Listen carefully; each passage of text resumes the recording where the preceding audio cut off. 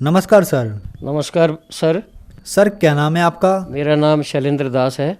शैलेंद्र जी आप कहाँ से हैं? मैं सोनीपत हरियाणा का रहने वाला हूँ। संत रामपाल जी महाराज से नाम दीक्षा आपने कब ली? मैंने संत रामपाल जी महाराज से नाम दीक्षा 31 अगस्त 2014 को ली। सर संत रामपाल जी महाराज से नाम दीक्षा लेने से पहले क्या आप कोई भक्ति साधना भी करते थे? जी, मैं पिछले करीबन 25 साल से भगवत गीता का रोज़ाना पाठ करता था, एक अध्याय का, और हनुमान जी की पूजा करता था, शिव जी की पूजा करता था, और साईं बाबा को भी मानता था। मतलब हफ्ते में मैं 3 व्रत करता था और पूजा पाठ बहुत ज़्यादा करता था। मतलब मैं काफ़ी डिवोशनल हो गया था। सर फिर आप संत रामपाल जी महाराज की शरण में कैसे आए? संत रामपाल जी महाराज की शरण में जाने का कारण ये है सर, मेरे पिताजी को सन 2012 में कैंसर हो गया था, गले का कैंसर हो गया था खाने वाली नली में। तो उनका इलाज करवाया राजीव गांधी हॉस्पिटल दिल्ली से। तो लेकिन मेरे मन में तब से एक ही धारणा ये बन गई थी कि मेरी मदर जैसे है बहुत सामाजिक औरत, मेरे पिताजी बहुत सामाजिक थे और बहुत सीधे शरीफ आदमी थे। मेरे एक क्वेश्चन घुसता चला गया दिमाग में, ये रहता था कि भाई मेरे माँ बाप इतने सीधे शरीफ हैं, मेरी मदर को भी घुटनों में प्रॉब्लम रहती थी, तो इतने सीधे सच्चे जो कभी किसी का बुरा नहीं किया, ऐसे लोगों के साथ इतना बुरा क्यों हो रहा है। मैं भक्ति भी करता हूँ, मेरे परिवार भी भक्ति करता है, और मैं जैसे जैसे इस भक्ति में बढ़ता चला गया हूँ वैसे मेरे को दुख बढ़ते चले गए। मेरे मतलब आर्थिक स्थिति भी इतनी अच्छी नहीं रही, कोई ना कोई टेंशन रहती ही थी मेरे ऊपर। तो बाद में मैंने फिर एक बार ज्ञान गंगा पुस्तक मुझे मिली कहीं से, तो मैंने पढ़ी भी, फिर मैंने छोड़ दिया था, उसको रख दिया था। लेकिन मेरे एक टेंशन बनी हुई थी कि भाई परमात्मा कहाँ है, ये भगवान की मैं इतनी पूजा करता हूँ, कोई साथ क्यों नहीं देता। तो फिर मैंने दोबारा उसको पढ़ना चालू किया, तो मेरे पास एक दिमाग में ये आ गया कि भाई ये कोई संत हैं जो इतनी अच्छी अच्छी बातें लिखी हुई है, इसमें कहीं इसमें कुछ ना कुछ है। तो मैं फिर अपने पिताजी को, अपने मिसेज, मेरे दोनों बच्चों को लेके मैं 31 अगस्त 2014 को बरवाला आश्रम में गया। मैंने फिर संत रामपाल जी महाराज से नाम लिया मेरे परिवार समेत। सर संत रामपाल जी महाराज से नाम दीक्षा लेने के बाद क्या आपको कोई लाभ भी प्राप्त हुए? हाँ जी, प्रथम लाभ तो यही है कि परमात्मा प्राप्ति हो गई।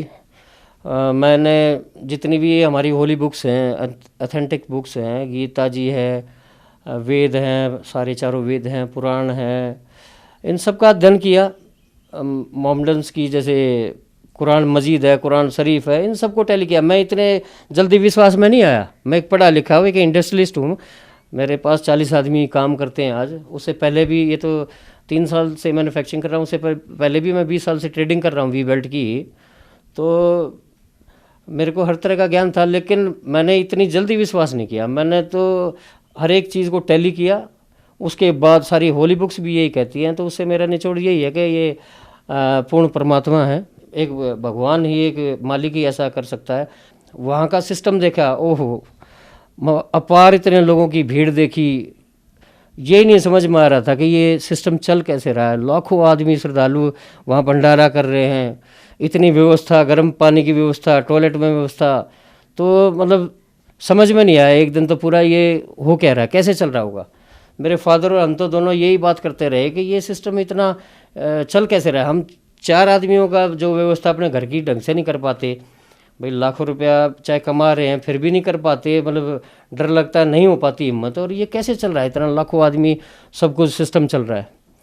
तो गुरुजी से ने दर्शन दिए। दर्शन में गुरुजी से मैंने संत रामपाल जी से अरदास की, मालिक देखो मेरे पिताजी हैं, ऐसे ऐसे इनको कैंसर हो गया था, आवाज़ चलेगी। तो संत रामपाल जी महाराज ने कहा कि बेटा मेरे पिताजी को कि तू भक्ति कर, तेरी आवाज़ भी खुल जाएगी। और ऐसा ही हुआ कि करीबन साल भर के अंदर अंदर उनकी जो डॉक्टर साइंस फेल हो गई थी, डॉक्टर ने, सहरावत डॉक्टर हैं राजीव गांधी हॉस्पिटल में, उन्होंने ये कहा था कि बेटा इनकी आवाज़ चली गई लेकिन जीवित तो हैं, कम से कम ये ठीक हो गए, तो इसी पर सब्र कर लो आप लोग। इनकी आवाज़ चली गई जैसा भी है, लेकिन यहाँ जो है साइंस भी फेल हो गई। गुरुजी का जो आशीर्वाद था उससे मेरे पिताजी की आवाज़ वापस आ गई। नहीं तो सब जगह मैं धक्के खा चुका था उनको ले जाके, भाई इनकी आवाज़ किसी तरह खुल जाए, लेकिन कोई फ़ायदा नहीं हुआ, इस तरह का कोई फ़ायदा नहीं हुआ।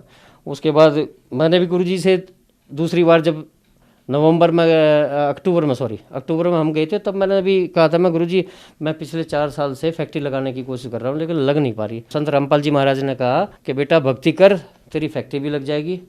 और मैंने करीबन 2.5 करोड़ रुपए इन्वेस्ट किए फैक्ट्री के अंदर। मुझे ये नहीं पता लगा पैसा कहाँ से आ रहा है, मेरे पास इतनी व्यवस्था भी नहीं थी पैसे की, और मेरा काम भी हो गया। आज मेरी प्रोडक्शन जो है काफ़ी अच्छे स्केल पे है। प्रोडक्शन भी 3000 बेल्टें रोज़ बनाता हूँ मैं डेली।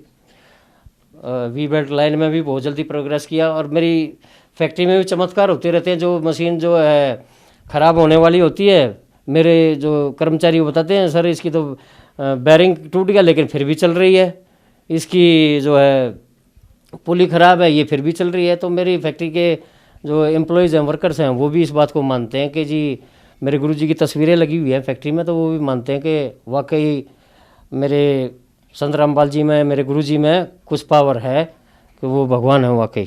और जो एक लाभ और बताता हूँ मैं, मेरा छोटा भाई है, वो उसको ऊपरी प्रॉब्लम है, तो उसकी वजह से उसको दिक्कत हो जाती है। उसके ऐसी प्रॉब्लम है कोई ऊपरी कि वो जब उसके शरीर पे आ जाता है तो उसको शराब पिलाता है, दारू पिलाता है।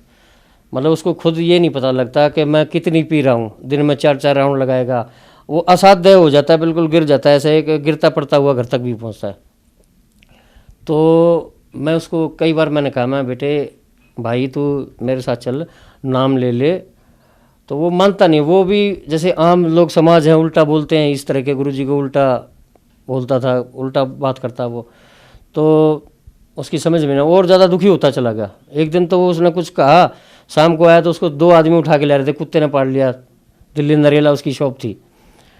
तो बाकी उसके बाद उसके साथ भी ऐसा चमत्कार हुआ। उसने खुद बताया कि वो बिल्कुल ऐसे करा रहा था कई दिनों से, और डॉक्टर के बार बार भागता था। डॉक्टर भी ये बोले भाई तेरा सिस्टम ख़त्म हो गया अंदर से, मुश्किल है तेरा अब ठीक होना, अपने बस की बात नहीं है। तो वो बता रहा था कि रात को मैं लेटा हुआ था तो ऊपर पीओपी हुई है घर में, उसके कमरे में, तो उस पर संत रामपाल जी दिखाई दिए उसको। वो प्रकट होके कह रहे हैं कि बेटा तेरे को मैं मरने नहीं दूंगा, चिंता मत कर, मैं तेरे को मरने नहीं दूंगा। तो ये चमत्कार उसके साथ भी हुआ। और मेरे एक बच्चों के टीचर हैं, पिछले 10 साल से वही टीचिंग करते पढ़ाते हैं। मेरी बिटिया है, नेशनल राष्ट्रीय स्तर पर खेलती है, नेशनल प्लेयर है वो, पिछले 5 साल से बैडमिंटन प्लेयर है, लिटिल एंजल स्कूल से खेलती है, सोनीपत से ही। तो उसके टीचर हैं, वो भी नहीं मानते थे। वो 2 साल पहले मेरे से बोले कि भाई मैं भी एक बार देखना चाहता हूँ कि क्या नाम देते हैं क्या है। वो मेरे साथ चले गए और नाम ले आए। तो उसके बाद उन्होंने अनुसरण नहीं किया। तो ऐसे ही ये समय निकल गया। उसके बाद मेरी बेटी के पेपर थे सीबीएसई के 10वीं क्लास के, अभी हुए हैं।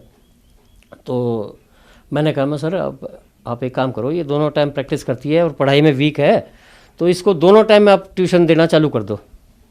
तो वो ये बोले कि भाई साहब आप एक काम करो, इसको सिमरन कराओ। मैं यार कैसी बात कर रहे हो, आप तो कहा करते थे, अपोजिट बोलते थे, सिमरन क्या, आपको तो टीचिंग का कराना चाहिए इसको दोनों टाइम, जिसकी पढ़ाई ठीक हो। बोला नहीं भाई साहब, एक मैं आपको ना अपने साथ घटी घटना बताता हूँ कि मेरे साथ ऐसा हुआ कि 1 महीने पहले मैं कमरे में बैठा हुआ था और संत रामपाल जी प्रकट हुए और मुझसे कहने लगे भाई तू नाम लेके आया था, वो नाम का सिमरन क्यों नहीं करता। तो जी मैंने 15 दिन तक उसका सिमरन किया, फिर छोड़ दिया। बोला जी मेरे को एक बाबा जी के तरह दिखाई दिए, मैं वो कबीर साहब हैं, संत रामपाल जी और कबीर साहब एक ही हैं, यही परमात्मा है, एक ही चीज़ है ये।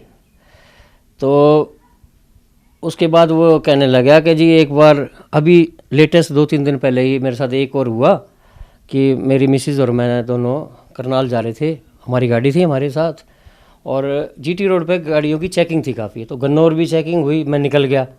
उससे आगे समाल का चेकिंग थी, वहाँ भी मैं निकल गया।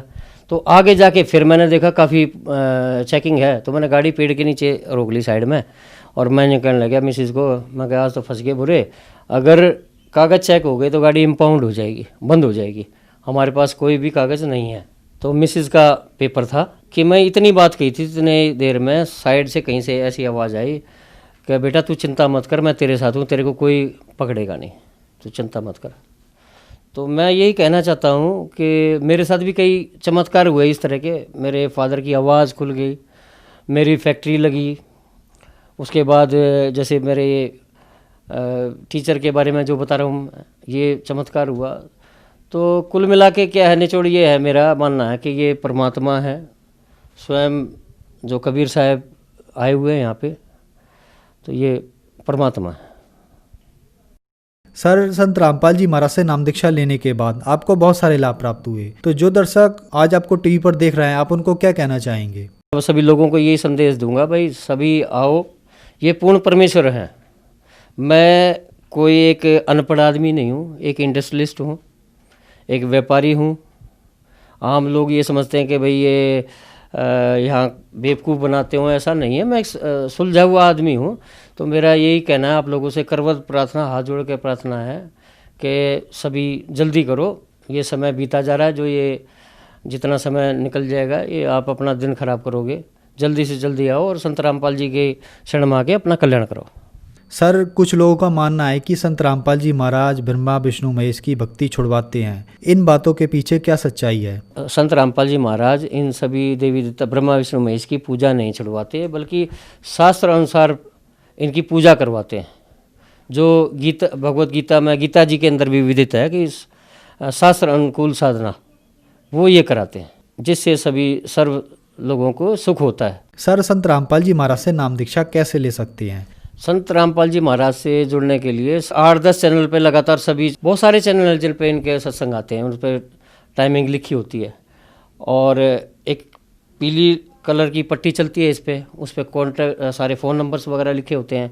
उससे संपर्क करके आप अपना एड्रेस पूछ के आप पहुंच सकते हैं, वहां तक अपना कल्याण करा सकते हैं। धन्यवाद सर।